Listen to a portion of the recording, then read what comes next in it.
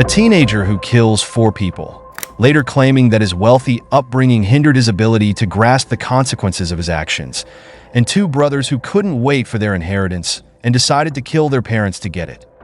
These are just glimpses of what can emerge when the sheen of wealth fades, revealing the dark underbelly of a billionaire's world. Menendez brothers, Lyle and Eric, for example, born into a world of privilege, their father, Jose Menendez, was a Cuban immigrant who rose to become a powerful executive in the entertainment industry. Their mother, Kitty, a former teacher turned homemaker, ensured they lacked nothing. The family's Beverly Hills mansion, filled with lavish furnishings, was a testament to their wealth, a life most could only dream of. Yet, behind this facade of luxury, the brothers' lives were far from perfect. The Menendez household was marked by high expectations and relentless pressure. Jose was a strict, demanding father, pushing his sons to achieve excellence at any cost. They attended prestigious schools, competed in tennis at an elite level, and were groomed to follow in their father's footsteps. But beneath this polished exterior, there were signs of strain. As they grew up, the burden of their father's expectations and alleged abuse began to take its toll. Lyle, the elder brother, was seen as the golden child, while Eric struggled to meet the family's high standards. Their relationship with their parents became increasingly strained, setting the stage for a tragic confrontation on a summer night in 1989 when the illusion of a perfect family shattered. The brutal murder of Jose and Kitty Menendez in their own home sent shockwaves through the community. At first, Lyle and Eric appeared to be grieving sons, but soon they became the prime suspects in a case that captivated the nation. The investigation uncovered a disturbing side to the Menendez fortune. In the months following their parents' deaths, Lyle and Eric went on a lavish spending spree, purchasing luxury cars, expensive watches, and taking extravagant trips. This conspicuous consumption, combined with a tip from a therapist's girlfriend, led to their arrest. The trial of Lyle and Eric Menendez turned into a national spectacle, a story of privilege twisted into parricide. As they stood before the court, the defense revealed a grim account of their lives, alleging years of severe abuse hidden behind the gates of their mansion. They claimed that the brothers had suffered physical, emotional, and sexual abuse at the hands of their parents, which had driven them to a state of psychological despair and fear for their lives. Lyle and Eric, then 21 and 18 years old, respectively, took the stand and recounted their harrowing experiences, describing a childhood marked by constant fear and manipulation.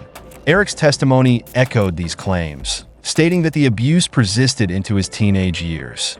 The defense sought to portray the brothers' actions as a desperate act of self-preservation in response to an imminent threat. However, the prosecution presented a contrasting narrative, arguing that greed, not fear, motivated the brothers. They pointed to the brothers' extravagant spending after the murders and the premeditated nature of the crime, noting that they had purchased shotguns just days before the killings. The prosecution dismissed the abuse allegations as a convenient excuse designed to evoke sympathy and deflect responsibility for their actions. Were the Menendez brothers victims of a dark family secret, or were they cold-blooded killers driven by the prospect of inheriting their parents' wealth? After a lengthy and highly publicized trial, the jury found the brothers guilty of first-degree murder, sentencing them to life in prison without the possibility of parole. Ethan Couch. Ethan Couch's story is one of a troubled teenager born into wealth in Tarrant County, Texas. His life was anything but typical. His father, Fred, founded Kleber Metalworks, a thriving sheet metal company, while his mother, Tonia, worked as a nurse until her license was revoked in 1986. By 2012, the family's affluence was evident, but so was the turmoil within their household. Ethan's adolescence was marked by a sense of entitlement and lack of discipline. At the age of 13, he drove himself to school, and when questioned, his father threatened to buy the school. By 15, Ethan had already encountered the law, facing charges for underage consumption and possession of alcohol after being found in a parked pickup truck with an unconscious 14-year-old girl. The Couch family's legal troubles did not begin with Ethan. His parents, who would later divorce in 2017, had their own share of issues. Fred faced charges ranging from assault to impersonating a police officer, while Tanya was fined for reckless driving. The events leading up to the tragic crash revealed a pattern of recklessness. On June 15, 2013, Ethan, under the influence of alcohol and drugs, stole 2 cases of beer from a Walmart and took off with 7 passengers in his father's red Ford F-350.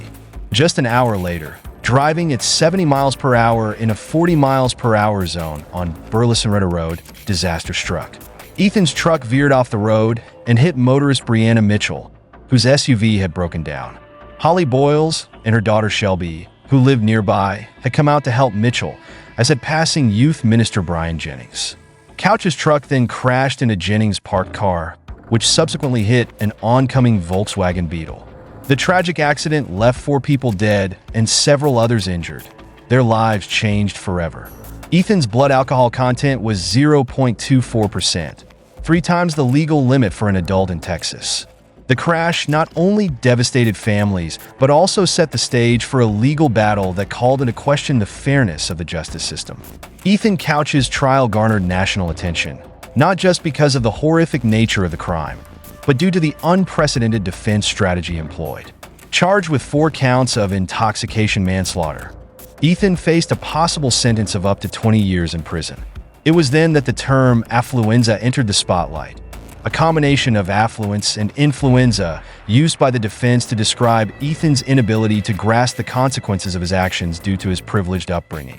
Psychologist Dick Miller testified that Ethan was a product of wealth that had shielded him from the realities of responsibility. The defense portrayed him as a teenager who had been given everything but boundaries. Conrad Hilton. Conrad Hilton's descent into darkness began despite being born into a life of luxury.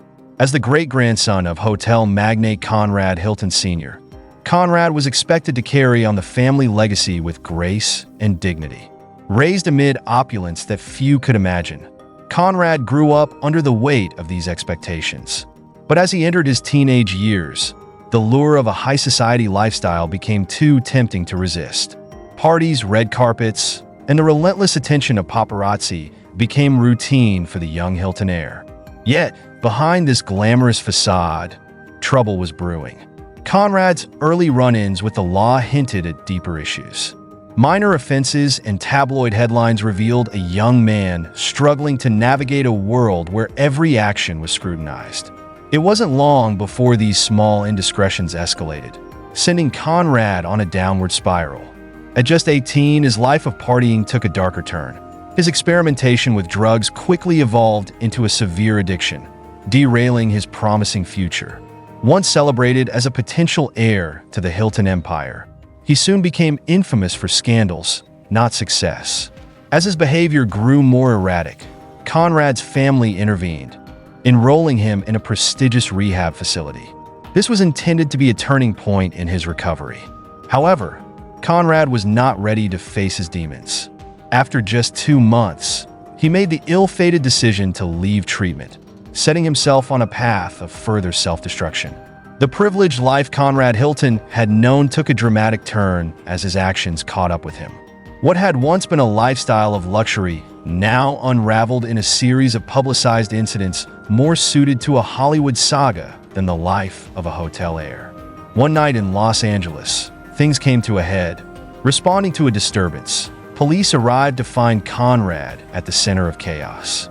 His outburst was not just a typical tantrum, but a tirade laced with homophobic slurs and racist remarks, a shocking display from a member of the Hilton family.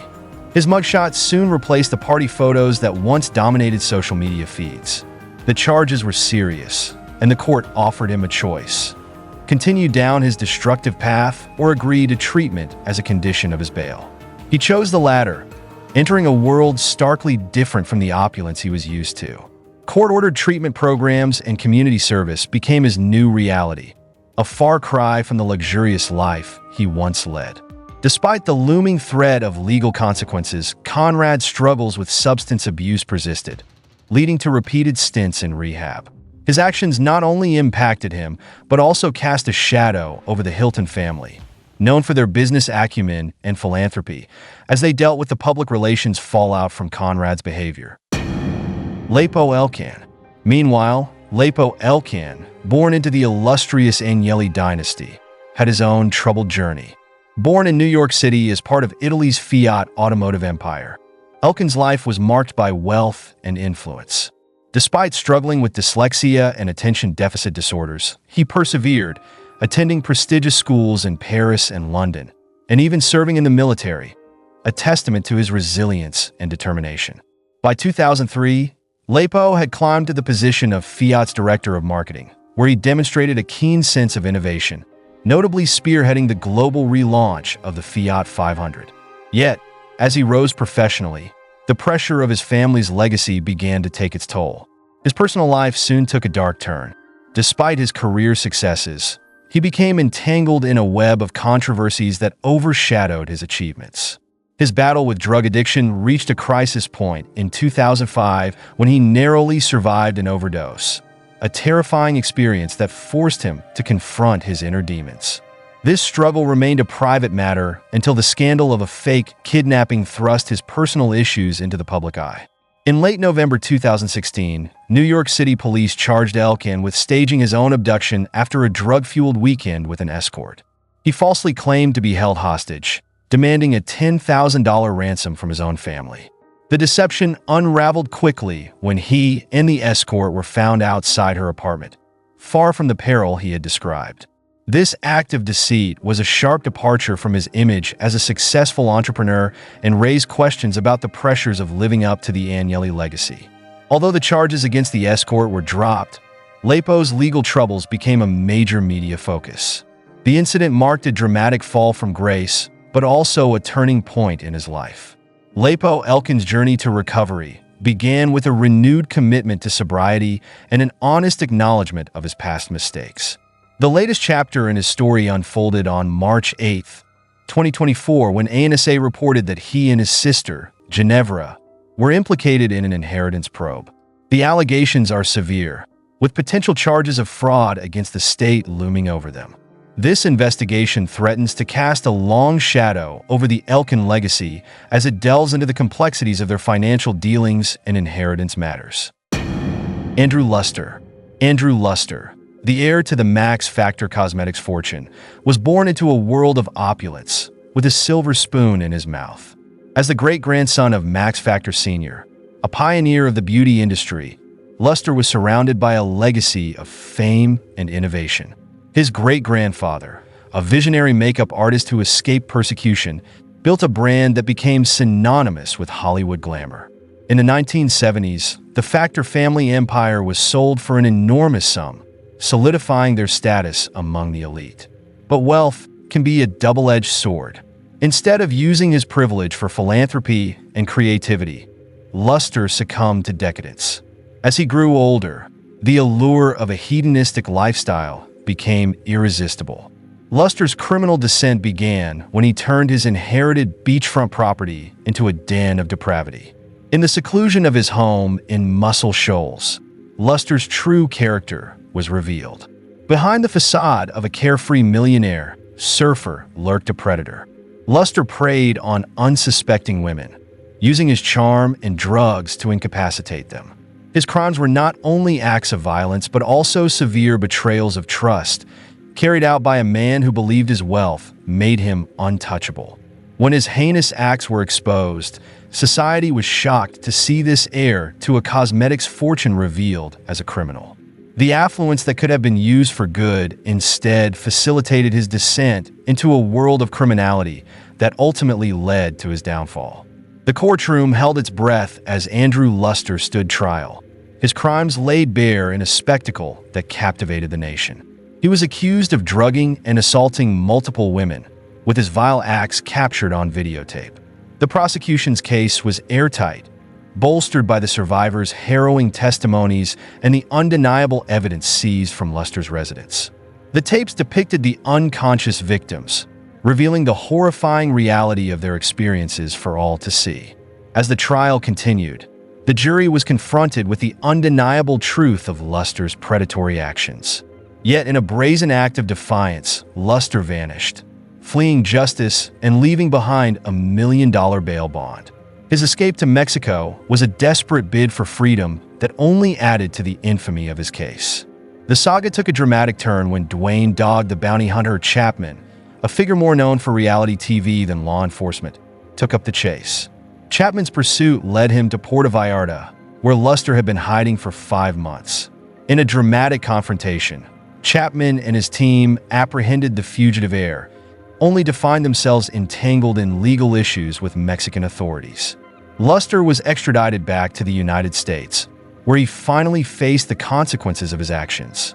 The court, unmoved by his flight, handed down a sentence of 124 years, a term reflecting the severity of his crimes. However, his sentence was later reduced to 50 years, a decision that sparked controversy and debate.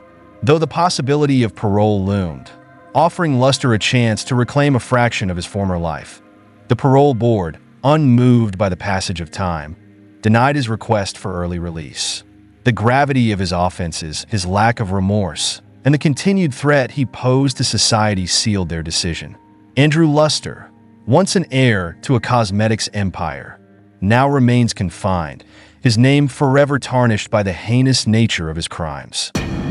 Issei Sagawa, the story of a cannibal. Born into the lap of luxury, Issei Sagawa's early years were marked by a stark contrast between his privileged upbringing and the dark desires brewing within him.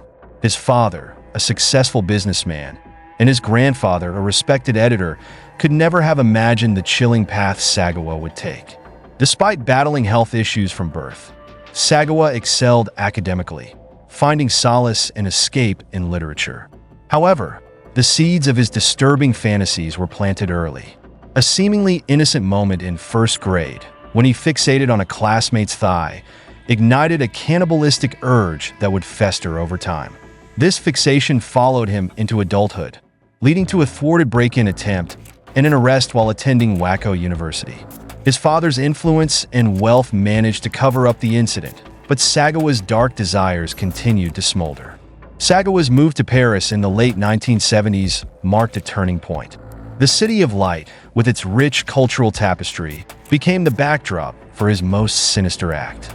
At the Sorbonne, he was an unassuming student, yet beneath this facade, he harbored a chilling plan. René Hardevelt, a fellow student, became the unsuspecting target of his long-suppressed cravings. Invited to his apartment under the guise of academic collaboration, she became the victim of a crime that would etch Sagawa's name into infamy. In his modest Parisian apartment, as René read poetry, her back turned to Sagawa. He shot her in the neck, unleashing his gruesome fantasy into reality. He then engaged in acts of cannibalism and necrophilia, fulfilling his darkest desires. Sagawa meticulously documented the act, capturing each horrific step as he consumed René's flesh. However, the remnants of his crime could not be hidden forever. As decomposition set in, Sagawa attempted to dispose of the evidence in the Bois de Boulogne, only to be apprehended by French authorities. The contents of his suitcases revealed the full extent of his atrocity. Sagawa's affluent background secured a robust defense, leading to an insanity verdict that spared him the full weight of the law. Confined to a mental institution in France, he became a specter haunting both the institution's halls and the public consciousness. Yet, the story took an unexpected turn when Sagawa was deported back to Japan. There, the absence of crucial court documents from France left authorities unable to prosecute him. Declared sane by Japanese psychologists, Sagawa walked free, his crime unpunished. This twist of fate, a legal loophole, allowed Sagawa to live out his days in a freedom many believed he did not deserve. Robert Durst, a heir's dark descent born into privilege. Robert Allen Durst was the heir to a real estate empire that shaped New York City's skyline. As the eldest son of Seymour Durst, a giant in the industry, Robert's early life was one of opulence and privilege. He attended the finest schools and later studied economics at Lehigh University, graduating in 1965. His path seemed golden, a trajectory befitting a scion of such a prominent family. Yet beneath the surface of this gilded existence lurked a darkness that would soon eclipse the Durst family name. After his time at Lehigh, Robert moved to the West Coast to attend UCLA, where he befriended Susan Berman, whose father was a known mobster, a connection that would prove ominous in the years to come. Eventually, Robert returned to New York and in 1973 married Kathleen McCormick, a dental hygienist aspiring to become a doctor. Their life, at least outwardly, appeared charmed, but by the end of the 1970s, their marriage was unraveling, marred by allegations of Robert's violent and controlling behavior. By 1981, their union was on the brink of collapse. Then, on the last day of January in 1982, Kathleen vanished. Robert claimed he last saw her at a train station in Cadena, New York, after a weekend at their South Salem lakeside home. He waited days to report her missing, a delay that raised suspicions and questions. Despite his assertions of innocence, the mystery of Kathleen's disappearance haunted the Durst name. The investigation stalled, leaving no leads, no body, only lingering questions. Susan Berman, by then acting as Robert's unofficial spokesperson, defended him fiercely, her loyalty unwavering even as media scrutiny intensified. The case went cold and life moved on. Robert continued his intermittent work with the family business until 1994, when he was passed over as his father's successor. This rejection seemed to sever his remaining ties to the Durst legacy, setting him adrift in the shadow of his family's towering achievements. Robert Durst's life took a series of dark and unpredictable turns, drawing him further away from the world of wealthy heirs and deeper into a disturbing reality of his own making. The turn of the millennium marked a chilling chapter in his story, as the shadowy path he tread grew even darker. In 2000, rumors began to circulate about reopening the investigation into the disappearance of his wife, Kathleen McCormick. Amid this renewed scrutiny, Durst made the inexplicable decision to move to Galveston, Texas, where he disguised himself as a mute woman, an astonishing departure from his previous identity as a billionaire's son. In December of that year, the plot thickened with the murder of Susan Berman, the loyal friend who had defended Durst during the media storm following Kathleen's disappearance. Berman was found dead in her home, with police alerted by an anonymous note that misspelled Beverly Hills as Beverly. As the investigation into Berman's death continued, Durst remained in Galveston until another grim event occurred on September 28, 2001. His 71-year-old neighbor, Morris Black, was found dismembered, his remains discarded in the bay.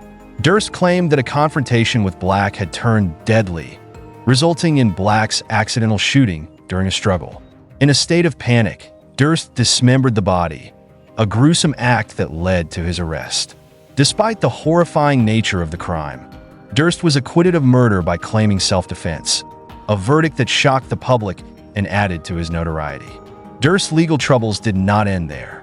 He soon faced a series of minor charges, including bail jumping and evidence tampering, for which he served time. In 2006, a glimpse of his former life's privilege reappeared when he settled a lawsuit with his family for a reported $65 million. Yet, the specter of his past actions continued to haunt him. In 2015, the release of the documentary series The Jinx thrust Durst's dark deeds back into the spotlight. The series concluded with a shocking moment. Durst, unaware that his microphone was still on, muttered a chilling confession. Kill them all, of course. This revelation, along with new evidence, including a letter with the same misspelling as the cadaver note, led to his arrest for Berman's murder. During the ensuing legal battles, Durst's descent from a life of privilege to one riddled with crime was laid bare. He pled guilty to weapons charges, and in 2021, he was convicted of first-degree murder and sentenced to life in prison. Shortly after his sentencing, Durst was also charged with Kathleen McCormick's murder, but he died in 2022 before the trial could begin. His life, once marked by wealth and status, ended in disgrace, forever linked to the crimes and controversies that overshadowed his family's legacy. For more content like this, click on the video currently displayed on your screen.